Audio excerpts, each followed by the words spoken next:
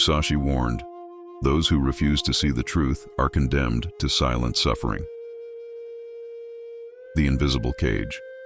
Why most people live in emotional prisons without knowing it. There's a kind of suffering that doesn't scream. It lingers quietly, in the corners of the soul. Many adults wake up each day with a sense of heaviness they can't explain, as if something sacred is missing. They don't know that this feeling is often rooted in outdated emotional programming. Bruce Lipton reminds us that 95% of our behaviors are unconscious, controlled by beliefs we never chose. Until we see the truth of our internal wiring, we remain loyal to invisible pain.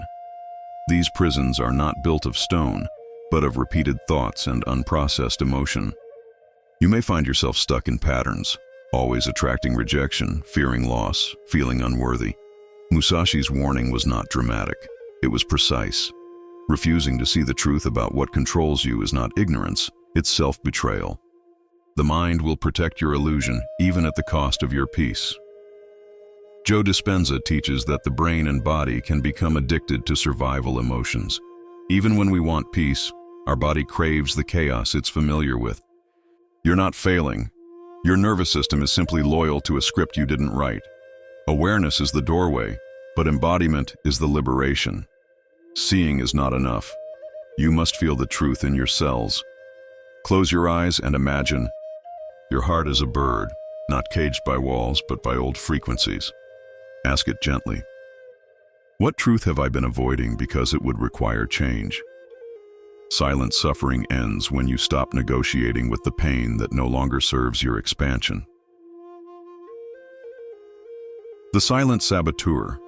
How unseen trauma blocks your vibration. And reality. What if your manifestations aren't failing because of your thoughts, but because of the pain you've buried?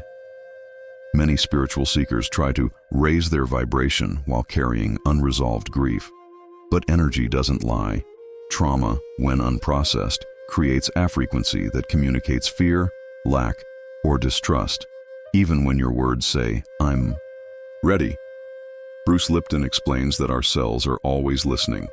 Every suppressed emotion sends chemical signals that shape your biology and your perception of reality.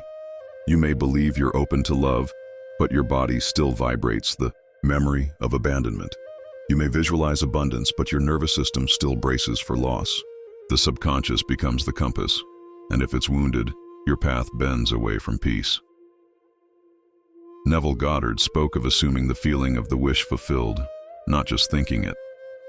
But most people attempt to feel from a place of inner numbness. You can't fake coherence.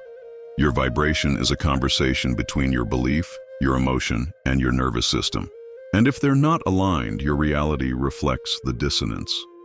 Imagine your soul as a lighthouse. Trauma is the fog that dims your signal to the universe. You don't need to shout your desires louder. You need to clear the fog. Healing is not about controlling outcomes, but restoring the frequency of your truth. The illusion of control. Why letting go is not weakness, but quantum wisdom. In the modern world, control is often confused with power. But the more we try to force reality, the more we suffocate its natural intelligence. Musashi's wisdom speaks of flow, not inaction, but alignment. Many people suffer silently because they're addicted to controlling what they fear to lose. But control is often rooted in trauma, not trust. Bruce Lipton's work reveals that the body is a feedback loop. When you try to manipulate life out of fear, your biology shifts into survival, closing the heart, tightening the breath, shortening the future. In quantum terms, fear collapses possibility. Control doesn't create safety, it creates stagnation. The universe responds to coherence, not force. Joe Dispenza teaches that elevated emotions, gratitude, trust, love, are what unlock the quantum field.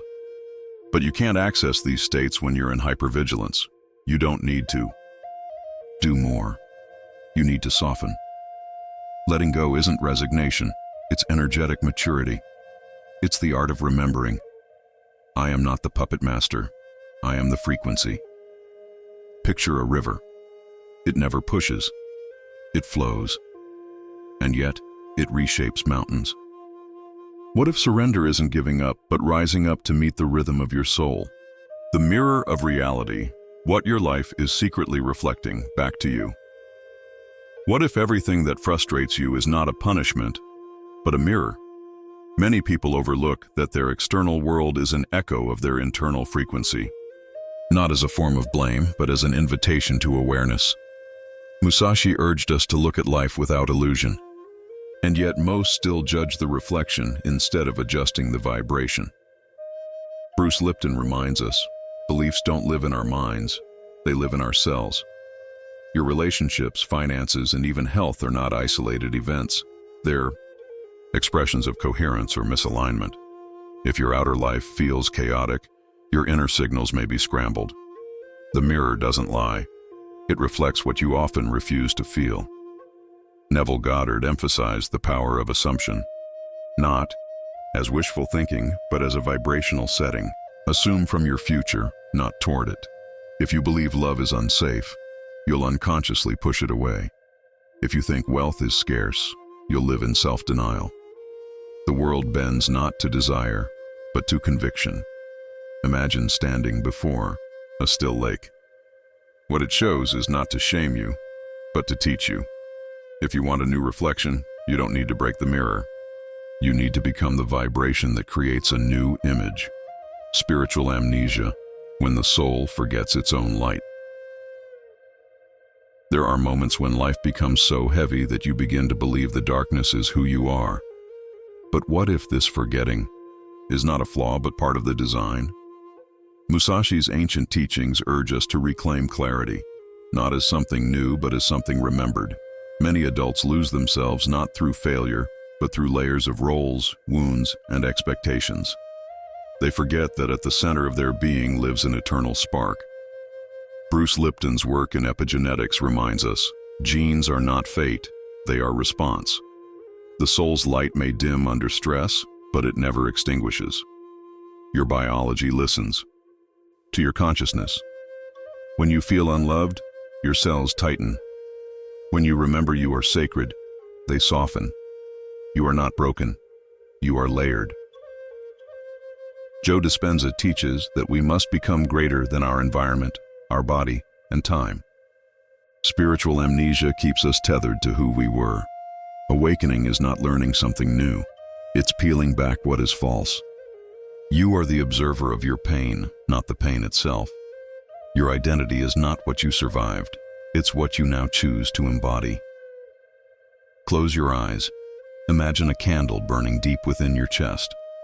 Ask it, what part of me have I abandoned?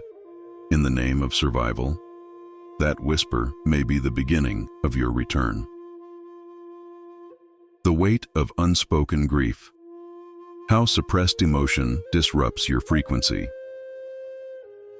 There's a kind of grief that never had a name, not because it wasn't real, but because no one taught you how to feel it safely. Unspoken grief becomes energetic weight. It lingers in the background of your thoughts, shapes your reactions, and lowers your vibration without you realizing. Musashi's silence wasn't avoidance, it was presence. Most people suffer not because they feel too much, but because they never felt enough. Bruce Lipton's findings show that emotional repression affects cellular communication. When grief is buried, it becomes inflammation. It whispers as fatigue, anxiety, even illness. You might think you've moved on, but your body still holds the memory. Suppressed emotion creates noise in the energetic field. It's hard to align with joy when your system is still echoing sorrow.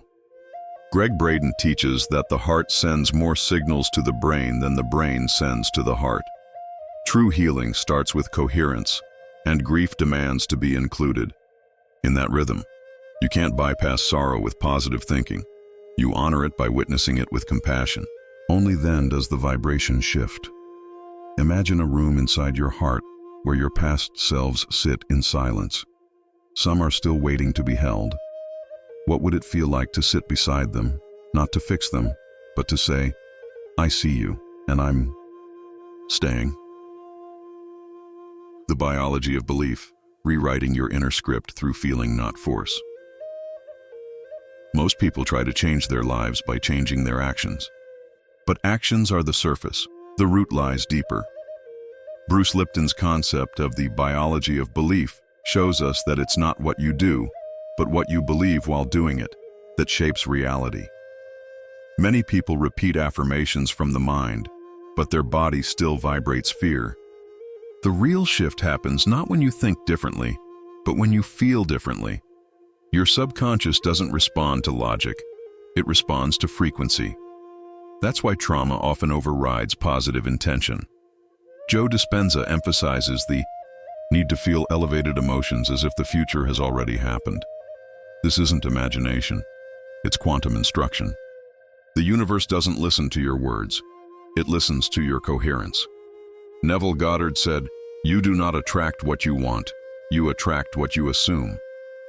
Assumption is not wishful thinking, it's the emotional atmosphere you live in. If your inner script says, "I am unsafe," the world will mirror it. Rewriting the script means embodying a new vibration, even when the evidence hasn't arrived yet. Visualize yourself as an author, writing your future in the language of feeling. What emotion do you want your story to carry? Let that feeling become the ink. The portal of pain, why your deepest wound may be the key to your expansion.